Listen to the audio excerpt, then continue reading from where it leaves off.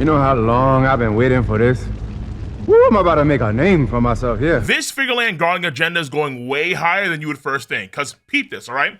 My top 10 strongest characters in the story as of, let's say, last year, 2023, was number 10, Kuzan, number 9, Monkey D. Luffy, number 8, Dracula Mihawk, number 7, Monkey D. Dragon, number 6 is Akainu, 5 is Blackbeard, 4 is Big Mom, 3 is Kaido, 2 Emu, and 1 the red hair wonder, Shanks, the God King in the verse.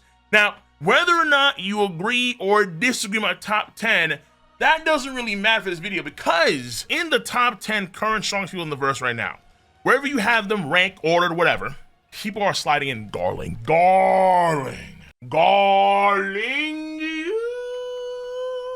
Ooh, baby, oh, Garling, we see you. We see you, Garling. Why did I do that? I have no idea. Don't worry about it. Listen. Quick little PSA. I do anime episode reactions, show reactions, movie reactions, all live on my Patreon. Then they're edited, uploaded to my Cole-san YouTube channel. I do my manga reactions and soon webtoon reactions on my Cole Requiem channel, and even had some fun side videos for hot topics, news, and so on and so forth on my Cole Plus YouTube channel. All links in the box below. All it took was one chapter. The latest chapter One Piece dropped, chapter 1125, and Garling's standing within the fandom has gone through a meteoric rise. He already had a tremendous amount of aura and energy in chapter 1086 when he executed, biblically, he executed Mio's guard, crucified, and here he is chilling all comfortable talking about why racism is good. Prejudice breeds stability, but times 2, squared. Stand up for subhuman scum, the fishman, Shirahoshi, and you sink even lower. That's why Mio's guard, you get crucified, and all of these celestial dragons in the area are having a good time partying like it's a fantastic cookout. The block party of block parties. So his standing was already high from that. But then we see in 1096, we see the God Valley flashback from Kuma's perspective. And Garling was there. He understood who was coming. He knew that it was the Rocks Pirates, and the Roger Pirates were pulling up. He told the Marines, hey, yo, stand back, bro. He literally told the Marines that are in the area, have their ships pull back, have these Marines guard these celestial dragons, while we, the Holy Knights, are gonna take care of business. There have been a lot of takes, propositions, theories that Garling gave a scar to Whitebeard during the God Valley incident, which is why when Shanks and Whitebeard have their discussion in the pre-time skip, he says that seeing you makes my scar ache. Now, the first thought, you can argue probably the correct thought, because my guess here is that at that point in time, Oda didn't have Garling in mind as a character. But the first thought could have been, well, he means Goldie Roger, obviously, because Shanks was a member of the Roger Pirates, and in many ways, Shanks does emulate Goldie Roger. I mean, for goodness sakes, he has the divine departure. So of course, Shanks emulates Goldie Roger. But then Garling squeaks his head on in with his little crescent moon, with his little, like, you know, fin hairdo, and it could be Garling. It could be Garling that actually fought against Whitebeard when he was a part of the Rocks Pirates and actually scarred him, and that scar still aches to this day. So you can see how over the course of time, the Garling stocks have improved. And now here we are in the latest chapter, again, 1125, the year is 2024, and check this poll out right here. I had a tweet about it because I thought it was kind of nuts. I picked Garling on a whim, honestly, I'll be with you. But bro, you see these numbers? Who is stronger, Figarland Garling or Akainu? The person I have currently ranked number 6 in the strongest characters right now in the story. And based on 50,000 votes, Garling is not only stronger than Akainu, he's damn near diffing him. He has him lapped. It's 78% to 22. I mean, bro. It's 78% to 22.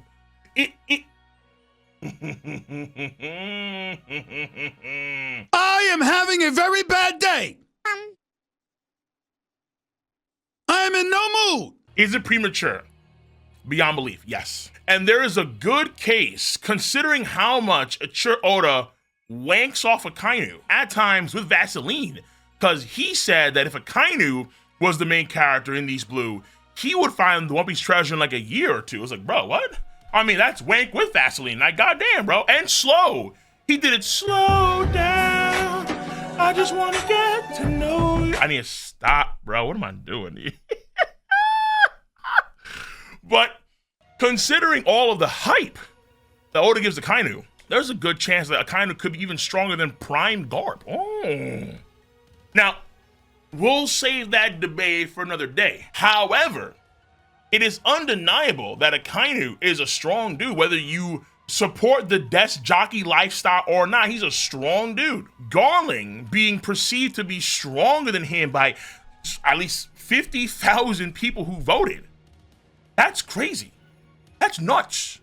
And I feel like it's not just because of the aura, but it's also the implication of Garling being a member now of the Five Elders, the Gorosei. Because the vibe check, and this is an aura thing for sure, the vibe check is, hey, this is no longer the Five Elders. It's Figarland Garling and the Elders, right? Right. That's how studly Garling is.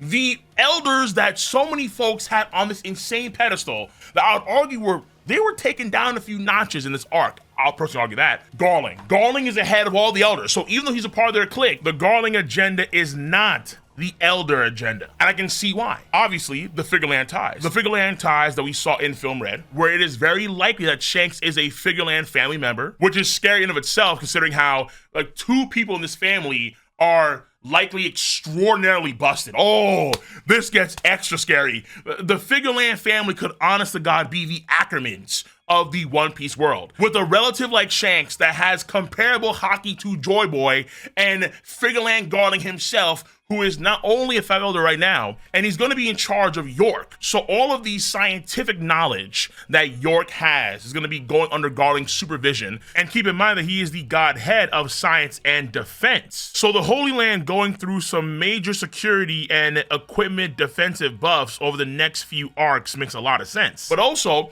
he is, maybe was, the supreme commander of the Holy Knights, the very same group that literally Monkey D. Dragon, another top 10 caliber character in the story, at least in theory, has said that it is when the Holy Knights mobilize. It is when, not if, when the Holy Knights mobilize, like Autobots, it's only then does the real battle take place. That's a lot of sauce on the Holy Knights. But we saw, again, in the God Valley flashback, we had Garling, we had that one girl with black hair, and then we had Bohemian Grove. Them, along with the other Holy Knights, were gonna lead the charge against the Rocks Pirates and the Roger Pirates. Albeit, the Roger Pirates not in their primes, yeah, but nonetheless, bro, hello? That is a fat check mark, a big fat W on your resume, undeniably. Even if, let's say, for example, the other elders have fought against very powerful people in their lives before they became members of Imu's clique. Let's say even Venus Juro fought against Ryoma. That's a popular theory out there. Garling's encounters with the Rocks Pirates and the Roger Pirates, that clears. Until we get more context, where let's say, for example, Garling just fought against some random fodder of each crew. But until that's proven to be the case, his God Valley encounters clear what the other elders have been through. I'm willing to bet. But then it's very, very likely that it was Imu who contacted Garling to replace Saturn because Saturn had failed in his duty. He let the Joy Boy, the Nika, the Luffy, the massive Nika D escape. All right. Saturn is ass. So let's get Garling in. That means that Imu has enough confidence and faith in Garling to easily, just like that, fill in the role for Saturn. Imu, who many folks peg to be, not in that way, but you know what I mean. Imu, who a lot of folks think is going to be the final villain of the story. That very same Saint Imu of Nero Nach has that much faith in Garling. And one of the things that seems very clear now is that the powers of the 5 elders, their mortality factor, their demon forms of the Gyuki Itsumade, Honkai or Fang Si in Chinese, I believe, the Sandworm, and the Bokotsu that we see in the Planetfall chapter 1110. Those forms were granted to them likely by Imu. Garling may get the very same powers that Saturn had, the Gyuki powers, or get his own unique powers from Imu. And with that probably comes what? Everlasting life. There has been this worry about Garling, let's say like the other older dudes in the story One Piece. Many of them have espoused the idea that their powers have waned over time. Rayleigh has done that a few times, Garp has done it a few times, so has Don Chinjao, where over the course of time, their powers are not the same as they used to be in their youth. They get slower as they get older. Slow and old. Slow and old. It's the nature of the beast, but maybe not the beast that is the current Figarland Garling. There's a very good chance that Garling now, because of his everlasting life that he's gained from Imu, very likely, has his prime powers. He has his prime physique. The same things he could do at his youth, he could do now. He's probably gained a busted ability from Imu itself. So Garling is probably stronger now than when he fought against Goldie, Roger, and Rox D. Sebek, potentially, and Whitebeard, and the Rox Pirates, and so on, and the Gold Line Shiki, and Rayleigh, and Scarper, and all those guys. He is stronger now than he was at his peak powers. Let's say that wasn't his peak. Let's say his peak was after God Valley. Like, okay, fair enough, fine. Whatever that peak was, he's stronger now. Yeah. The Figarland Garling agenda is crazy. It's nuts. It's astronomical. It's in the future going to be a bloody mess for damn sure. Something that Billy Butcher from The Boys would absolutely love and appreciate. However, is it without merit? Obviously, we don't know the facts just yet. We'll see in the future how these things play out. But given all the things I just said now, Garling is probably a top 10 dude. He has way more onus to be in the top 10 than the other elders. Absolutely. He has way more onus to be in the top 10, potentially even over Akainu. Yes, even over Akainu, than the other elders, where I know.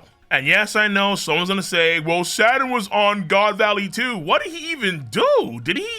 He was focused on a young Kuma. He was bullying little kids rather than fight against the strongest people on the planet. Given the possibilities, the very likely ones, not the far out ones, but the very likely ones that's gonna come soon, Garling could be among this ilk right now. Absolutely. But I do want to see what he actually do, and then we can actually make a solid statement on Garling. But that could take years.